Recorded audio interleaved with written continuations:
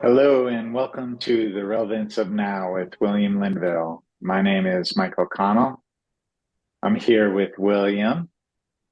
On today's podcast, we're going to discuss the limitations of identities. Hey, William.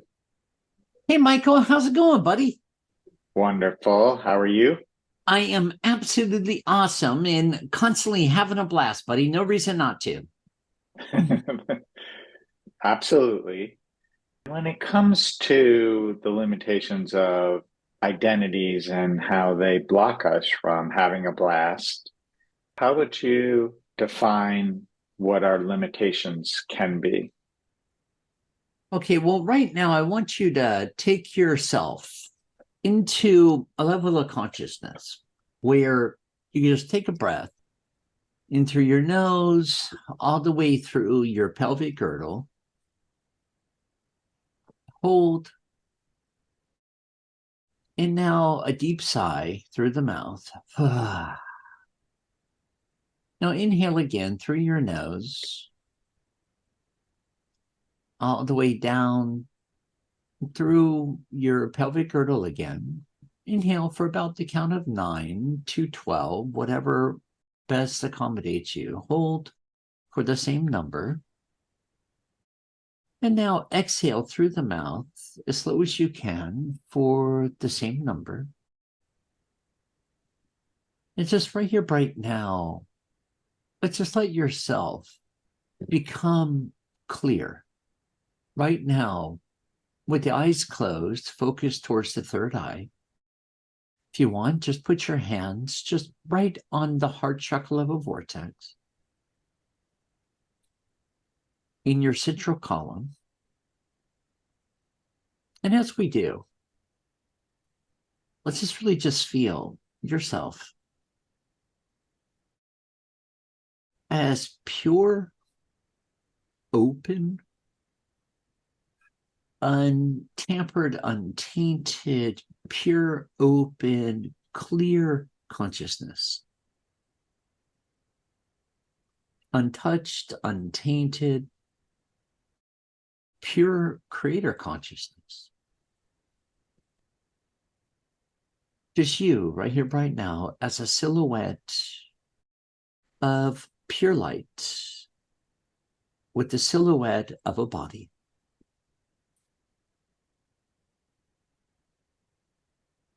But right now, we have zero identificational factors to anything in the physical world. We're not male, we're not female, we're not good, we're not bad, we're not tall, we're not short, we're not heavy, we're not thin, we're not emaciated, we're not anorexic. We don't have any of these boxes. We don't have a culture, we don't have a color, we don't have a creed, we don't have religion, we don't have any of this baggage whatsoever.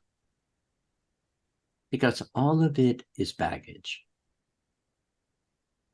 None of it is the truth of you.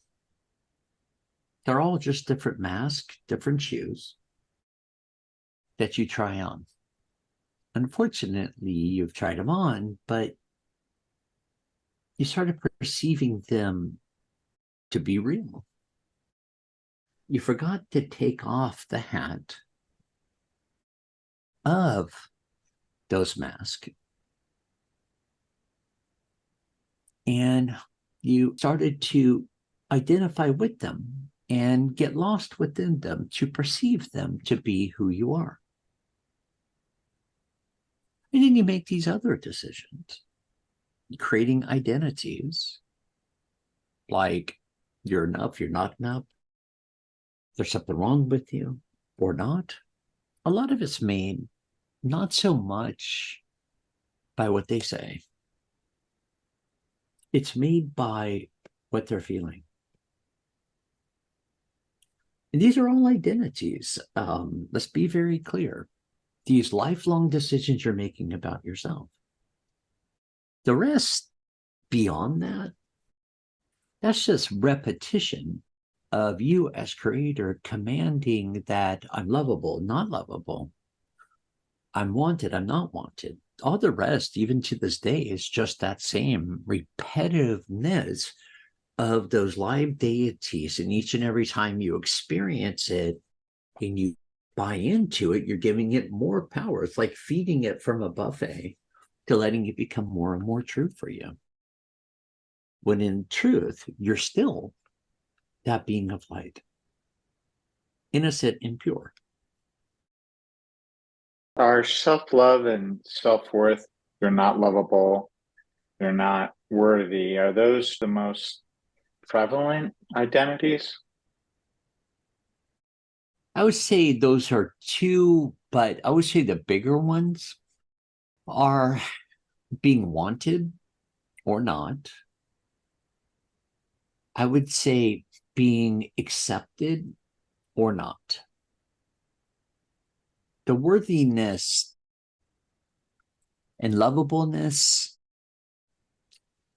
that's where you start projecting into the outside world, outside of yourself, seeking and searching for something that you would have hoped would have happened in the third trimester of the womb, that you were embraced, you were celebrated, the parents were joyful, where it would become a part of your makeup that it was more of a knowing rather than a belief. And then you spend so much of your life, if not the rest of it, looking outside of yourself for others' approval and getting very confused around wanting their love. But then you're dealing with their confusion between love and emotion. And do we also have identities from past incarnational journeys? Most definitely. But I would say, to be clear with that, more phobias than identities. Like So, fear of heights or fear of snakes? yeah, exactly. I would say sharks, some dear ones have fear of water. Some dear ones have fear of tight spaces, claustrophobia. Some dear ones have fear of being buried alive. And those are more different than identities. So it's like they're not identified to a sarcophagus or a coffin or being thrown into a hole and buried alive. They're identified with tight spaces. Like they Okay. have a phobia where they have to be in open spaces. That's different than an identity. That's like a phantom. So going back to identities, these are things anytime we say to someone or ourselves, I am something. Is Yeah. that correct? Yeah. And that's where, the I am, as you, as creator, you're commanding it so. It's two of the most powerful commandments that you're making so when you're dealing with the manifestational world. You're saying, I am bam, bam, bam. And so it is spoken and so it is done. I don't put a lot of emphasis, I don't put a lot of importance or energy into the words because that's not really important. The part that's important is the energy you put into any word. That's the part that gives it power. It's not becoming afraid of the word. It's becoming clear with the power you're putting into it. Right. And I've shared this before, but I remember, 20 years ago when I had maximum amount of radiation to my brain, and my brain was slowly processing, really slowly processing. And my thoughts were really slow to come to me. A number of years ago, I decided, in somewhat about talking with you and maybe talking about limitations, I was always saying I had brain damage. And Yeah. that was the reason why something happened, or I Mhm. forgot something, or this or that. And scientifically, it was accurate. But I realized from talking to you that just saying that repetitively and believing it and living it was a limitation. And as soon as I stopped saying that and not even any affirmations or anything, just I know my brain can regenerate because I've seen it been happening over the last 20 years. And the acceleration of my memory, my speed of processing information, speaking was exponential over the years. And the biggest part there, Michael, is when you stopped recreating it. Right. So, like re-identifying with it, it's like, oh, but my brain, I had the largest amount of chemo, I had this, that, and the other. So therefore, I have brain damage. And it's like, it says it scientifically, it says it's not healable, it says it's not blah, blah, blah. And the moment that you buy into that, I'm not saying for anyone, please never deny the facts. Medical, Western, Eastern, whatever, facts are facts. Now, that's part of what I love about the medical, Western medical world is I love the facts. Get the facts. The facts are the facts. Now, what are we going to do with them? So now, okay, this is what they've said. This is what the tests say. This is what the MRIs, CAT scans, PET scans say. Now, okay, it is what it is. Now, I also know they're not swamis. I also know they're not fortune tellers. So this is my body. So I understand categories, statistics, all these other different bodies, but this is my body. So now, okay, yes, my body went through that, but body, now show me what you got. So now we're not re-identifying because you see, when you get so tunnel vision with that, you continue to recreate it by default under assumption and accepting and settling rather than looking up and looking around and say, well, this is my body. And I, as creator, I know that I don't have to identify with anything. So, body, you show me what your capabilities are. And this is where we start opening up and becoming receptive for the body to regenerate and Right. rejuvenate. It was also helpful to know the science of the cells and how they can regenerate and how each cell of the body is connected to creator consciousness, my unique version of creator consciousness. Yeah. And isn't it kind of cool that, what is it, every 6 months, the femurs rebuild themselves? I mean, Right. that's a given. So it's doing that without you even paying attention to it. So, what are the other capabilities? And where analytically, okay, there's the science, and now you learn, you see, okay, these cells are regenerating, the atoms, subatoms, on and on. So why would not every organ be able to regenerate itself? So now we're not putting this dark rain cloud over ourselves to settle. And I've heard people say, well, if I didn't have identities, then who would I be? And that's a very simple one. You would be you. Like where we started, with your hand on your heart, the eyes focused towards your third eye. You with a body as the silhouette of total pure light, total pure consciousness. I want you to feel that with me for a moment, and it starts to feel like the whole universe through a form with zero limitations, even with the form. So let's just take a breath. As you take a breath, just you as that you are, all the way through the form right now. And the next exhale, I just really want you to experience how expansive, how uncontained, how unlimited you are right now, as the whole universe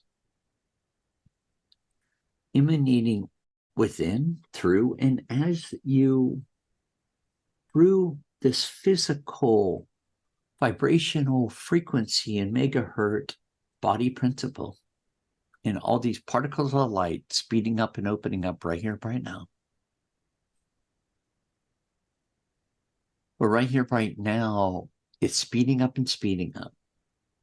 Optimum health and well-being, homeostasis, then going beyond homeostasis to the radiance, activation, amplification, DNA, RNA, youth vitality chromosomes. And right now, the conscious mind, the subconscious mind clearing out, where right here, right now, we don't have any demons, we don't have any narcissism nonsense, we don't have any polarities.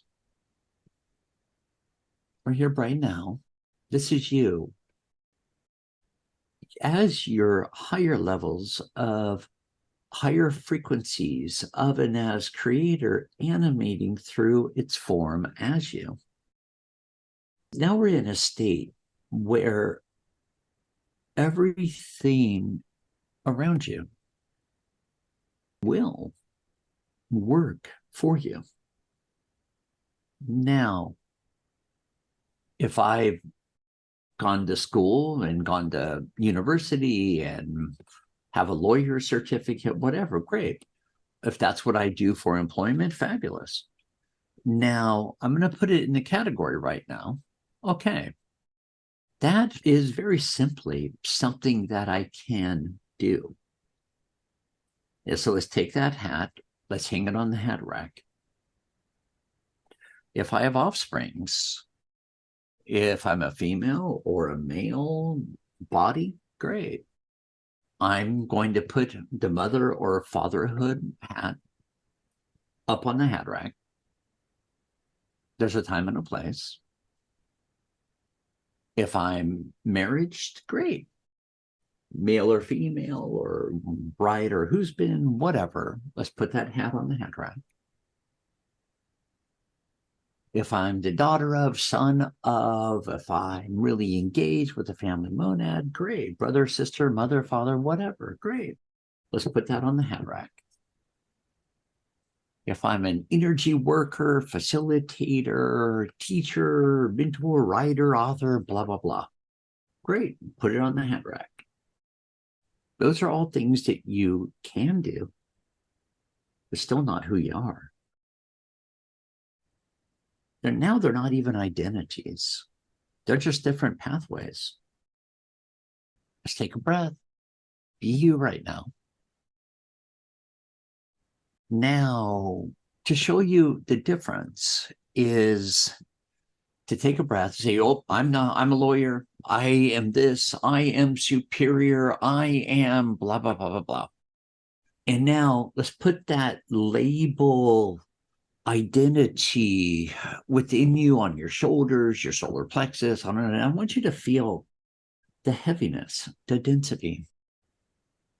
I want you to feel how you were wide open, totally receptive and expressive, but I want you to feel now how you started becoming smaller, more tunnel vision, more pigeonholed. And I want you to not just see it with your mind's eye or even your mind. I want you to feel the weight, the confinement that just happened to yourself, within yourself, and of course, within your body, and the veins, the venules, and the arteries. I want you to feel how your body just started slowing down. The blood is pumping faster through the veins because the veins are squeezing and constricting. So now let's be gone from that identity. Now let's do a different one. Okay, I'm a Catholic or a Christian or Buddhist or Hinduism or whatever. Now, wow, same thing applies. Okay, now let's take that off. Those are just things that we can do. Those are just different parties that we can go enjoy. but still it's not you. So when we sit back for a moment, isn't it pretty awesome where even right now we have no action, no reaction to anything. Nothing's controlling you. Nothing's confining you. Nothing is affecting you or how you feel, nor what you do when you do it. But even you're sharper, you're lighter, you're more astute, but not trained. Hmm. Thank you, William. I love this topic. Is there something you'd like to wrap up with about the limitations of identities? Yeah, you see, if I have a stem on the apple, let's say you do or you don't, great. But for yourself, let's ask yourself, what does that mean for you? Not society, not the eyes of others, not your parent, not your grandmother, grandfather, blah, blah, blah. What does it mean for you? This is where we're stepping out of all stereotypes and asking yourself, from everything's been taught, everything's been told, how has all the stereotyping limited me? How much have I bought into, all the way to the point of what you can do or what you cannot do due to the stereotype, all the limitations, and then taking another breath and asking yourself, why not? Remember, you're the master here. Yes. Thank you, William. And thank you for joining us on the Relevance of Now with William Linville. Join us next time. Namaste. Namaste.